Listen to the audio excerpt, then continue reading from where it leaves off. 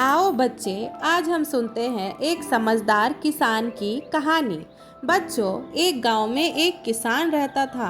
एक बार वो कहीं जा रहा था, पर रास्ते में एक नदी आई और उसे नदी पार करनी थी।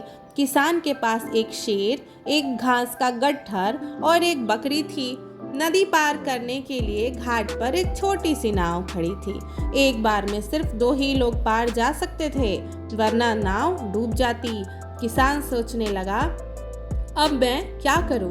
यदि मैं पहले शेर को लेके जाता हूं तो बकरी पीछे घास खा लेगी। यदि घास को लेके जाता हूं तो मेरे पीठ फेरते ही शेर बकरी को खा जाएगा। हाँ, किसान के दिमाग में तभी एक आइडिया आता है कि बकरी को ले जाना ठीक होगा। इसे दूसरे किनारे पर छोड़कर फिर शेर को लेके जाऊंगा। फिर शेर को वहां छोड़कर तभी दिमाग में आता है कि अरे नहीं, अगर मैं शेर को बकरी के पास छोड़ दिया तो वहां भी तो शेर बकरी को खा जाएगा, और अगर घास लेके जाऊंगा तो जब मैं शेर को लेने आऊंगा तो बकरी घास खा जाएगी। किसान बेचारा बड़ा परेशान हुआ, वो करे तो क्या करे। तभी किसान के दिमाग में एक आइडिया आया। बच्चों, किसान बहुत ही समझदार था और होशियार था। उसने तुरंत सोचा कि चलो पहले हम बकरी को लेके जाते हैं और बकरी को दूसरे किनारे छोड़ देते हैं। और किसान ने बिल्कुल वैसा ही किया।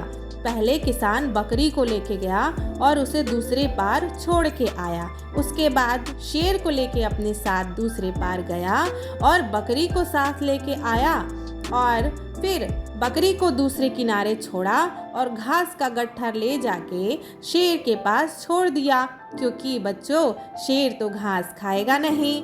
फिर वो आया वापस और अपने साथ बकरी को लेके गया। इस तरीके से बच्चों, किसान, शेर और घास का गट्ठर तीनों ही पार हो गए और किसान की चतुराई से दोनों खुशी खुशी अपने घर चले गए। अच्छा बच्चों, आपने ये कहानी सुनी। अब आप हमें ये बताओ कि नाव चलाने वाले को क्या कहते हैं? अच्छा बच्चों, कमेंट में अपने आंसर दो।